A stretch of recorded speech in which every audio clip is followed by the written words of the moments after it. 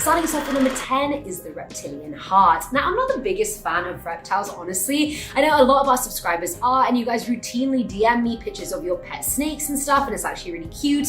I feel like if I had to keep a reptile as a pet, it'd probably be a turtle, you know, those mini turtles, because they're just very cute. Growing up, all my friends had those, and I never had one, and I want one. Either way, this story has nothing to do with turtles, so I don't even know how I got to this point. Either way, back in 2010, a 59-year-old man was admitted to the hospital due to chest pain, fatigue, and an increasing shortness of breath. The medicines that usually helped in that situation were not, so doctors decided to do an x-ray on him instead. What they found was honestly astounding. The man had a snake heart, which is like a reptilian heart. That is when a heart has 3 chambers instead of 4, and it all happens during your embryonic development. And when the heart starts forming in the womb, it resembles the heart of a fish. Then later on, the atria and ventricles get separated. Yet this is the second time in human history that a person has had a case of reptilian heart. This is a case of atavism, where a modern specimen randomly has a trait from a distant evolutionary ancestor, which is pretty cool, to be honest. Imagine this guy had no idea he had only 3 heart chambers his whole life. He was doing fine. Coming in at number 9 is ectrodactyly, also referred to as lobster claw or ostrich foot. Now, this mutation results in people having split hands and feet, and there are 2 types of this mutation. Now, the first one is when the person is missing their middle digit, and in place of it, there is a large cleft. In type 1, webbing between the fingers is also very possible. However, in type 2, the person actually has a 5th digit and no cleft at all. Interestingly enough, both types can be found in a single family, which I think is just very cool. Now, ectrodactyly is caused by a mutation in chromosomes 7, 3, 10, or 2, and there's a 50% chance of a parent passing the mutated gene onto their offspring. Now, despite having less or more digits on their hands and feet, people who have the mutation are completely normally functioning individuals. I mean, you just have an extra digit, or not. At number 8, we have multiple breastises. You know, breastises, like how Kanye says in Drunken Love, the remix. Either way, this one is pretty self-explanatory. This mutation is known as accessory breast syndrome, and it results in the person having more than 2 boobs. How much you want to bet a man came up with the name of that? Accessory breast syndrome. Of course it was a man. Now, polymastia, as it's scientifically known as, is another form of atavism, and it's usually more commonly found in males, not females. They usually end up having an extra nipple, like Harry Styles or Chandler Bing, but when a female is affected, it's more likely that she just has an actual extra breast. It takes place during embryonic development as well, when the breast tissue is developing. Usually it'll develop along the milk line, and the unnecessary extra tissue will disintegrate and be reabsorbed into the body, but in this instant, the extra tissue just doesn't disintegrate and results in another breast. I remember the first time I saw the woman with a uni boob, with like 3 boobs in one during high school, and I was just blown away. Like, which one do you even breastfeed with, if not all 3? Filling on number 7 slot is Proteus. Now, this is a very rare overgrowth condition that affects the organs, bones, and chin. Now, it affects people unevenly, meaning their bodies will not look symmetrical as a result. So Proteus leads to many health issues like pulmonary embolism. It can cause seizures as well as mental disabilities. A lot of people who are affected develop lesions on their skin that look like thickened skin with just grooves on top. This one is not environmental. It again happens where there's a mutation in the ATK1 gene. But this gene controls things like division, growth, and death, so I mean it's a pretty important gene, just letting you know. Now, at number 6 is polycephaly, aka having more than one head, common in animals like snakes, but very uncommon for humans. Although some people are two-faced, that is a thing. Not that I'm salty about it, you know what I mean? You just meet those people. Now, either way, this is a very rare and severe case of being conjoined twins, and it only occurs in 1 in 50,000 to 200,000 pregnancies, so the chances of you having it are super, super low. It obviously occurs when the twins are splitting in the womb, and a defect in how well, or I guess unwell, they end up splitting up. A person with polycephaly is still considered 2 people. I mean, the person has 2 heads, 2 minds, 2 personalities, however, they just share the same body, sharing all major organs, but being in control of their half of the body. Now, occasionally, and only occasionally, the second head acts more parasitic in nature, and most removal surgeries result in the death of that person. Coming in at number 5 is Waardenburg syndrome, and honestly, I think this is the most common one on the list because I've seen people with the syndrome just become insanely famous because they have it. Now, this rare genetic condition results in some kind of hearing loss as well as pigmentation deficiency, and that usually shows up in the form of a person having 2 different colored eyes, patches of light skin, or a white patch of hair on their head. Now, there are 3 types of Waardenburg syndrome, with the 3rd type including malformed hands and arms. It's caused when there are mutations of any of the genes that affect migration and division of your neural crest cells during your embryonic development. Type 1 and 3 come from the mutation in the PAX3 gene, whereas type 2 happens when the MITF gene is mutated. At number 4 is hypertrichosis. Now this one is a very popular one online, so I feel like you guys have definitely seen pictures of it before. People affected with hypertrichosis have excessive hair growth everywhere other than their palms and the soles of their feet. It can range from being super thick hair like pubes or beard hair, or it can be very soft and non-pigmented like baby hair. Now this is an extremely rare mutation. Only 50 cases have been identified since the Middle Ages. And the Middle Ages were a freaking long time ago. It can be inherited, and it can also come up later on in life due to anti-seizure drugs or fetal alcohol syndrome. When it's caused because of a genetic mutation, then the person will be born with a lanugo hair covering their bodies, and normally that just sheds off, but for these people it just stays and just grows into thicker, more mature hair.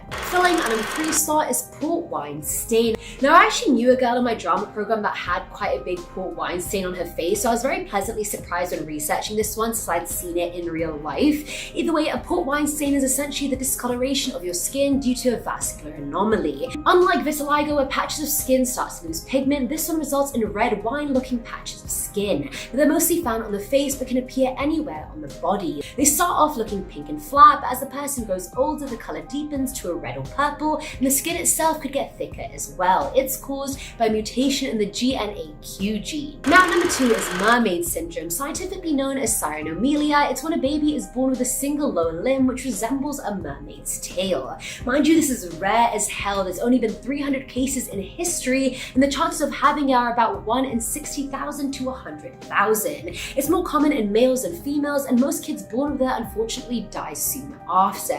This fusion of both legs results in a plethora of health issues like abnormalities of renal organs, abnormality of the pelvis, lack of lower spine, and more. The cause of mermaid syndrome is still very much up for debate. Initially, it was thought it was due to a lack of blood supply to the lower half of the body while in the womb, whereas other people think it's due to the mutations in both BMP7 and TSG1 genes. And finally, at number 1 is the lamellar ichthyosis. Shout out to my mum for suggesting this one because I would have never known about it otherwise. Now, this is a very rare genetic condition that affects the skin, wherein you're born with a very shiny, waxy layer of skin that is meant to shed off within 2 weeks. The skin under that is very red and scaly, and most people have their lips and eyelids turn outwards as well. After the skin sheds off, most people develop large, dark, plate-like scales covering their body, and after looking at multiple pictures of it, it really reminds me of Grayscale from Game of Thrones.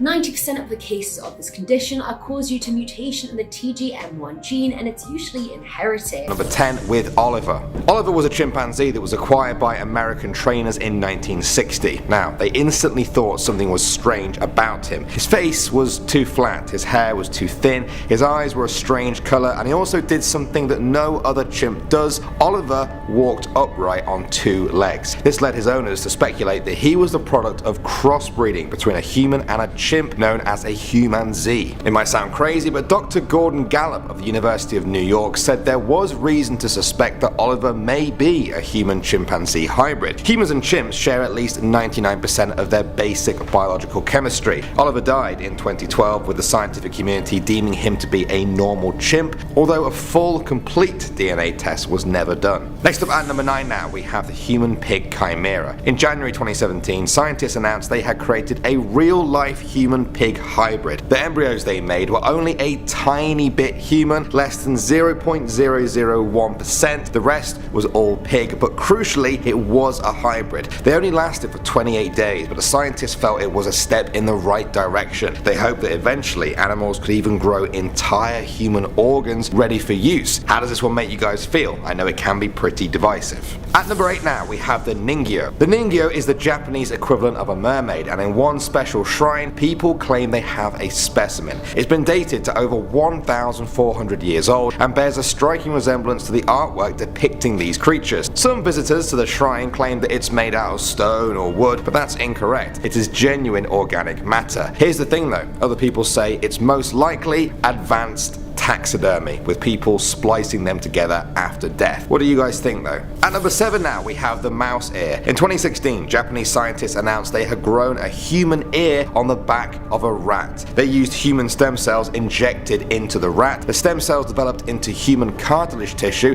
and molded in the rat into the shape of an ear. Now the aim for all of this is to be able to help children with facial abnormalities and give them fully grown body parts from their own DNA so it won't get rejected. Coming in at number 6 now, we have the half sheep. In June 2017, villagers from South Africa said that the offspring of a local sheep was sent by the devil, but to others though it looked like a human-sheep hybrid. When the villagers called in expert help, even the chief director of the veterinary services said that he thought it looked oddly human. The vets then took it away to study. They suspected it was due to a fever in the sheep's mother that caused the deformity, but the village elders maintained that it was sent by the devil and was born after a coupling between a man and a sheep. Alright, next up at number 5 now, we have the horse baby of Benin. This 2012 story comes from the city of Benin in Nigeria, where a woman gave birth to an offspring that looked a lot like a horse. This all happened in a church, with witnesses saying the mother had to hold on to someone's leg as she went into labor. The priest of the church then warned everyone around to stay clear of the demonic object. In reality though, it is probably just a deformed human pregnancy or even a total fake, because we only really have this video to go on. Coming in at number 4 now, we have the Russian lamb. This claim comes from a farm in southern Russia in 2015 where a sheep gave birth to a lamb that basically looks like an old man, to be honest. See for yourself though. The video shows the lamb not long after it was born, making sort of odd grunting noises as the mother tried to clean it. The farmer was shocked, and some of the locals thought it was actually a human-sheep hybrid. The general consensus though is that it's just a facial deformity, as the rest of the lamb seemed to be in working order. Moving on to number 3 now, we have the Thai cow. In 2010, a story emerged from Thailand of a cow that had given birth to a very human-like creature. The local people poured baby powder on the body and burned incense in the hopes of cleansing the area of evil. The mouth, head and stomach were certainly quite human-looking, while the hooves were clearly cow-like. Although the local people think this is some evil hybrid, there's a good chance it is just a deformed cow calf. I also think the online hysteria was made worse with these pictures because of the baby powder. It really made this thing look even creepier. At number 2 now, we have the sheep with human livers. In 2005, researchers at the University of Nevada created sheep with organs containing millions of human cells. They announced they could grow livers in sheep that were 20% human. As with other examples we've talked about, the researchers used embryonic stem cells, and they did it for the same reason, to eventually develop fully grown human organs on demand. And finally at number 1, we have the human mouse. The results of this experiment were announced in 2015. Scientists thought they had found the DNA sequence responsible for making human brains bigger than other animals. So they took the human gene for this and the chimpanzee version of the gene and put them into mice. The ones with the chimpanzee brain DNA didn't really have much bigger brains, but the ones with human sequences grew 12% bigger. The mice would not have gone on to achieve human levels of intelligence, but these human-mouse hybrid brains could be a step in that direction. Starting off at number 10 now, we have the Manhattan Project. Some of you guys may recognize the name of this one. It was the secret name for America's project to produce the atomic bombs that brought World War II to an end. Harry Daghlian was a young physicist who worked on the project. During an experiment on August 21st, 1945, he was attempting to build a neutron reflector manually by stacking a set of 4.4 kilogram tungsten carbide bricks in an incremental fashion around a plutonium core. Unfortunately, he dropped a brick which set off a chain reaction. He tried to stop the reaction, but by the time it was over, he received a high dose of neutron radiation. Harry received intense medical care for severe radiation poisoning. His mother and sister even flew out to New Mexico to care for him, but Harry fell into a coma. He died 25 days after the accident. His death resulted in new safety regulations when handling radioactive material. Next up at number 9 now, we have the dioxin tests. In 1965, dermatologist Dr. Albert Kligman conducted a study on behalf of the US Army and some pharmaceutical companies. They wanted to know how human skin reacts to harsh chemicals, a process known as hardening. Most of the information about these tests has since been destroyed or just covered up. We do know that he described his patients as acres of skin to experiment on. We also know he used dioxin on them, the active ingredient in Agent Orange. This happened around the time the US was covering Vietnam with Agent Orange in an attempt to push the fight against the Viet Cong in their favor. To speed up the experiments, Dr. Kligman injected his victims with a reported 468 times the recommended safe dose of dioxin. After that, not much more has been uncovered. It's thought there are still about 70 of the patients out there still. Their identities and current condition unknown. Next up at number 8 now we have Operation Sea Spray. In September 1950, the US Navy spent 6 days spreading the bacterium Surretetia marcescens into the air about 2 miles off the coast of California. That bacterium lives in soil and water and is best known for its ability to produce a bright red pigment. This trait makes it useful in experiments because it's so bright, it's very easy to see where it is. The project was called Operation Sea Spray. Its aim was to determine the susceptibility of a big city like San Francisco to a bioweapon attack by terrorists. In the following days, the military took samples of 43 sites to track the bacteria's spread. They found that it had infested the whole city and all the surrounding suburbs as well. During a test, residents of San Francisco inhaled millions of bacterial spores. The military deemed the experiment a success. They got to see how far chemical warfare could spread, and anyway, they knew the bacterium wasn't harmful, or so they thought. People started getting urinary tract infections, and it was even linked to the death of a patient recovering from prostate surgery. This experiment wasn't even public knowledge until 1976, a full 26 years after the event. Moving on to number 7 now, we have Project MK Ultra. This is a particularly famous one that you guys may have heard me talk about in a previous video. During the 1950s and 60s, at the height of the Cold War, the US feared that communist countries were using mind control techniques to brainwash US prisoners of war in Korea. They wanted in on the action. So in response, the CIA authorized Project MK Ultra in 1953. The secret operation was aimed at developing a defense against drugs or other manipulators that could control human behavior. Such was the secrecy of this project that even today, not much is known about it. But we do know this: the project involved more than 150 human experiments involving psychedelic drugs, paralytics, and electroshock therapy. Sometimes the test subjects were aware they were participating in a study, but shockingly, many did not, even when the hallucinogenic effects started kicking in. Can you even imagine how scary that would be? Many of the tests took place at universities, hospitals, or prisons in the US and Canada between 1953 and 1964. The CIA didn't keep many records though, and any good ones were destroyed when the program came to an official end in 1973. Moving on to number 6 now, we have North Korea. Some of the things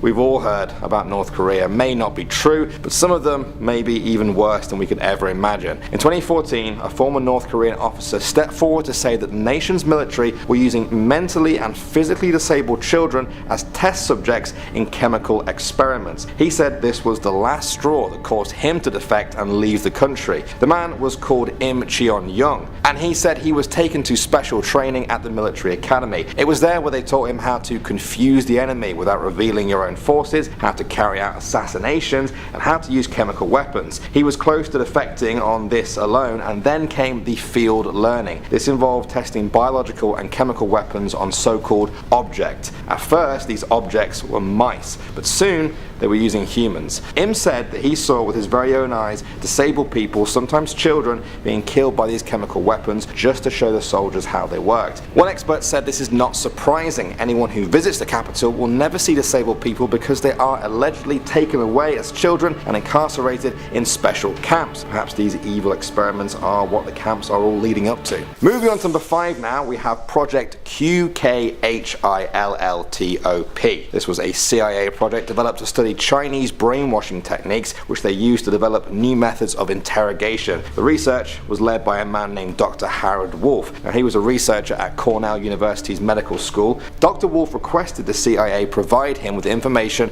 on imprisonment, deprivation, humiliation, torture, brainwashing, hypnosis, and more. Based on this, the team began to formulate a plan. They wanted to develop secret drugs and various brain-damaging procedures. According to a letter that he wrote, in order to fully test the effects of this, Wolf wanted the CIA to make available suitable subjects. Once they had provided these poor souls to test on, Wolf also detailed the next step his research team would take. They would then assemble, collate, analyze, and assimilate the information, and will then undertake experimental investigations designed to develop new techniques of offensive, defensive intelligence using a potentially useful secret drug. Basically, the whole thing is just the stuff of nightmares. I have have no idea how this got through. Nothing more is really known about the test subjects, or victims as they are often referred to now. Moving up to number 4 now, we have Dr. Loretta Bender. This doctor has gone down in history for her experiments on children. She was a child psychiatrist who specialized in children believed to have schizophrenia. For almost 3 decades, from 1942 to 1969, she was a highly respected expert in her field. Her preferred choice of treatment was electroshock therapy. These days the practice has been banned in most of the world as it's seen as ineffective, cruel and borderline torture in some cases. Still, this was a different time, and that's what Dr. Bender did to the children. Her methods involved interviewing and analyzing a sensitive child in front of a large group of people. She would then apply a gentle amount of pressure to the child's head. The theory was any child who moved with the pressure was showing early signs of schizophrenia. These days that's referred to as total pseudoscience, but it took a while to figure that out. By the time her treatments were shut down, Bender had used electroshock therapy on over 100 children, the youngest of whom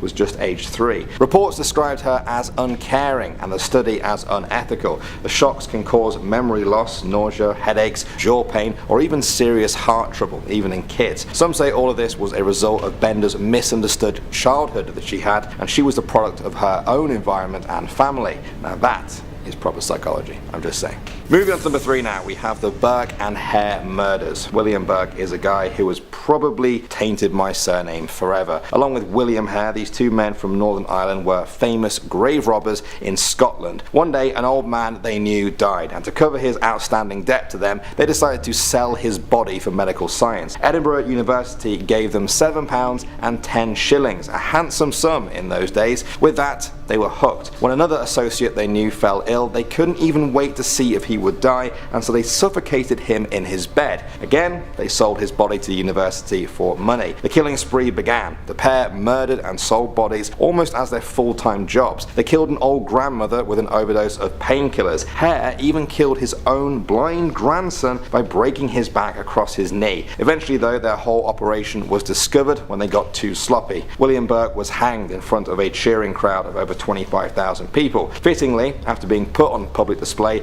his body was donated to medical science. Next up at number 2 now, we have J. Marion Sims. This doctor was once praised as the father of modern gynecology. Now his reputation has been tarnished forever. It was found that he practiced these surgical techniques that made him famous on enslaved women. They included Lucy, Anarcha and Betsy. The rest of them are unknown. He performed 30 surgeries on Anarcha alone, all without anesthesia. His legacy has long been questioned for the disturbing ethical questions that it raises, especially by those who believe that he used black women as medical guinea pigs without their consent. The Black Youth Project 100, a group of activists aged between 18 and 35, staged protests at a statue of Sims in New York. They wore hospital gowns splashed with red paint dripping down their legs. In a Facebook post, they explained that Sims had purchased black women slaves and used them as guinea pigs for his untested surgical experiments. He repeatedly performed genital surgery on black women without anesthesia because, according to him, black women don't feel pain. Despite his very inhumane tests on black women,